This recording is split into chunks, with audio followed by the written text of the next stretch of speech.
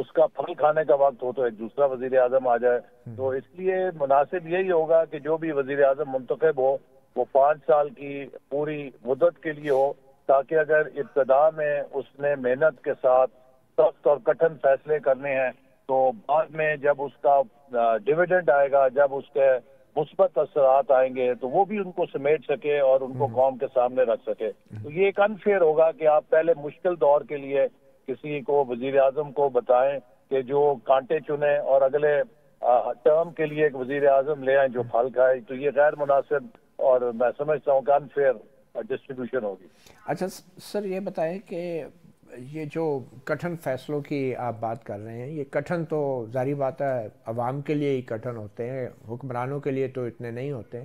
تو کیا ان کٹھن فیصلوں میں کچھ ایسے فیصلے بھی ہو سکتے ہیں کہ پی ٹی آئی کی طرف ایک قسم کا ہاتھ بھی بڑھایا جائے اور ان کے ساتھ بھی تھوڑی مصالحت کی جائے، یا ان کو بھی حکومت میں شامل کی جائے، ان کے نمائندوں کو جو منتخب ہوئے ہیں؟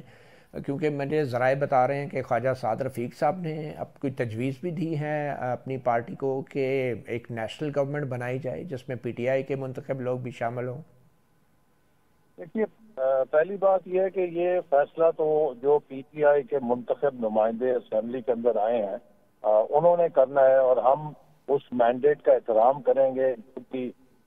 منتخب ہو کے قومی اسمبلی کے اندر ممبران آئے ہیں، اور جو اپوزیشن میں بیٹھیں گے وہ بھی ان کا آئینی اور جمہوری حق ہے. تاہم ہم یہ سمجھتے ہیں کہ اگر حکومت اور اپوزیشن کے 2 بینچز ہوں، اس کا یہ مطلب نہیں ہے کہ ہمیں ہر چیز کے اوپر لڑائی اور جھگڑا کرنا ہے.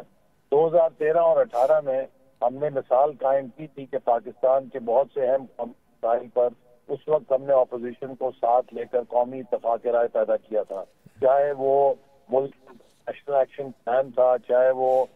سی پیک جیسا منصوبہ تھا، چاہے وہ اور دیگر قومی مسائل تھے. تو اس لیے اس وقت پاکستان کو جو معاشی ایمرجنسی درپیش ہے، اس کے لیے ضروری ہے کہ پاکستان میں ہم معاشی جو روڈ میپ ہے اس پر اگر حکومت اور اپوزیشن بھی ہیں تو ان کے درمیان بھی ہم آہنگی ہونی چاہیے. اور اگر پی ٹی آئی چاہے گی کہ وہ ایک حکومت کے ساتھ شریک ہونا چاہے تو یہ بھی اس کا فیصلہ ہوگا، ہم اس کو ویلکم کریں گے. لیکن اس وقت جو ہے ہمارے لیے یہ ضروری ہے کہ ہم ہر اس مینڈیٹ کو احترام کی نظر سے دیکھیں جو اسمبلی کے اندر ہے، اور اگر کوئی اپوزیشن بینچز پہ بیٹھتا ہے تو اس کا یہ مطلب نہیں ہے کہ وہ قومی پالیسی سے لا تعلق ہو گیا ہے. ان کا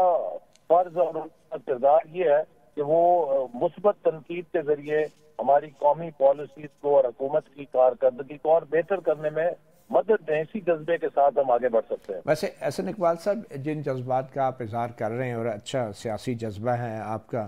کیا جو پی ٹی آئی کے آزاد اراکین ہیں آپ کے خیال میں ان کو بطور ایک سیاسی جماعت خواتین کی مخصوص نشستیں ملنی چاہیے، اور ان کو بطور ایک سیاسی جماعت کم از کم اب الیکشن کے بعد ٹریٹ کرنا چاہیے؟ کیونکہ الیکشن میں تو بلے کا نشان نہ ہونے کی وجہ سے آپ لوگوں کو بہت فائدہ ہوا ہے.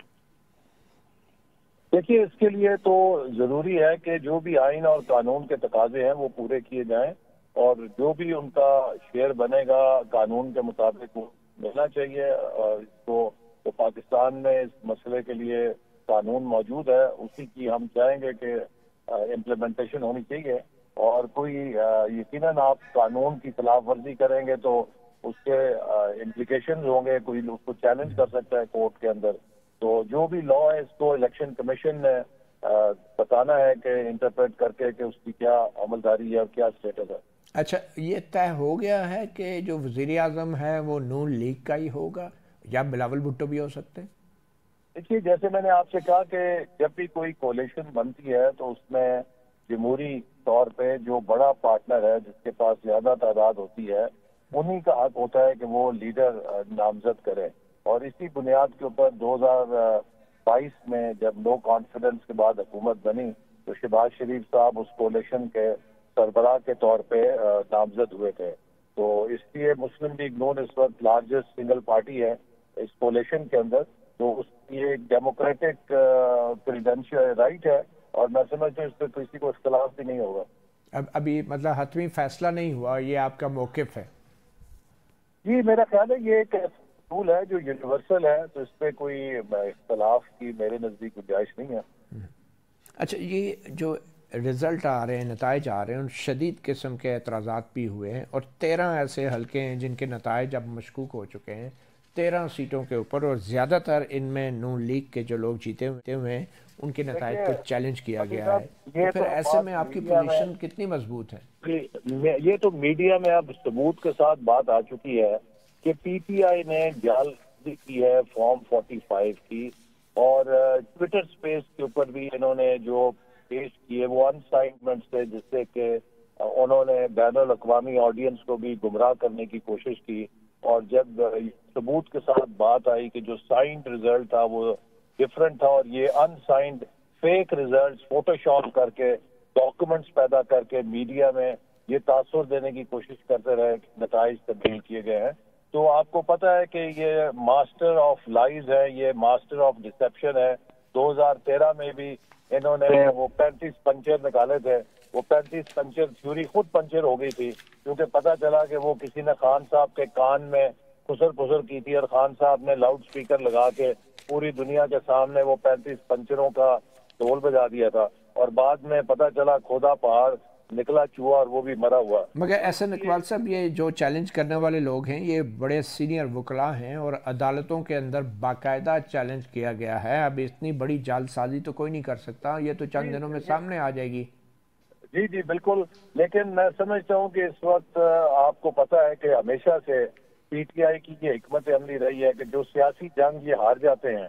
اس میں پھر یہ عدالتوں کو ملوث کرنے کی کوشش کرتے ہیں، اور یہ عدالتوں کا قرضہ استعمال کر کے اپنا سیاسی کیس جو ہے لڑنے کی کوشش کرتے ہیں، اور میں امید کرتا ہوں کہ اس موقع پر عدلیہ کوئی ایسا کردار ادا نہیں کرے گی کہ جس میں وہ کسی ایک فریق کی طرفداری کرتی ہوئی نظر آئے، اور جس سے کسی طرح بھی ملک کے اندر جو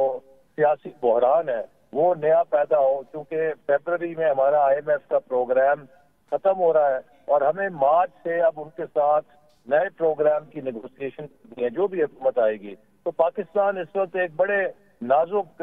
معاشی صورتحال سے گزر رہا ہے، اس وقت ہمارے پاس کوئی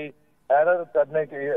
غلطی کرنے کی گنجائش نہیں ہے، تو میں امید کرتا ہوں کہ عدلیہ بھی میرٹ کے اوپر ان چیزوں کو نپٹائے گی، اور اس وقت پاکستان کو اسٹیبلٹی کی ضرورت ہے، کنٹینیوٹی آف پالیسیز کی ضرورت ہے، امن کی ضرورت ہے، اور ہم سب کا فرض ہے کہ حقیقت اب الیکشن ختم ہو گئے ہیں، اپنی اپنی پارٹیوں کی ٹوپیاں اب اتار کے اب پاکستان کی ٹوپی سر پہ رکھ کے ٹیم پاکستان کے طور پہ ہم کام کریں، چاہے ہم اپوزیشن میں کوئی ہے، چاہے کوئی حکومت کے اندر ہے، ہم سب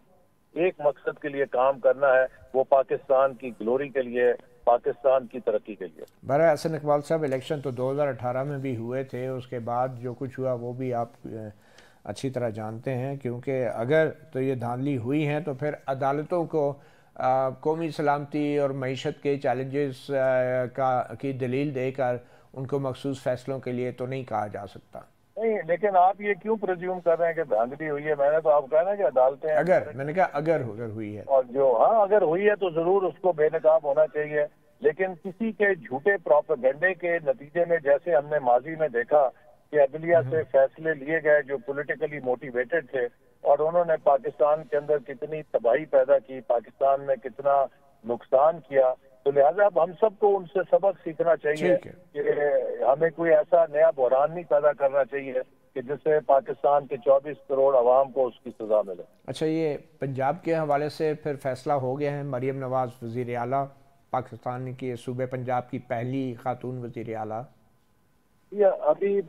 جو فیصلہ ہے وہ یہی ہے کہ پنجاب میں وزیر اعلیٰ کا جو نامزدگی ہے وہ پارٹی کے قائد نواز شریف صاحب کریں گے، اور جس کو بھی وہ نامزد کریں گے وہ پھر پاکستان مسلم لیگ نون کی طرف سے وزیر اعلیٰ کے امیدوار ہوں گے۔ بہت شکریہ احسن اقبال، سیکرٹری جنرل مسلم لیگ نون ہمارے ساتھ تھے۔ ایک چھوٹی سی بریک لیتے ہیں۔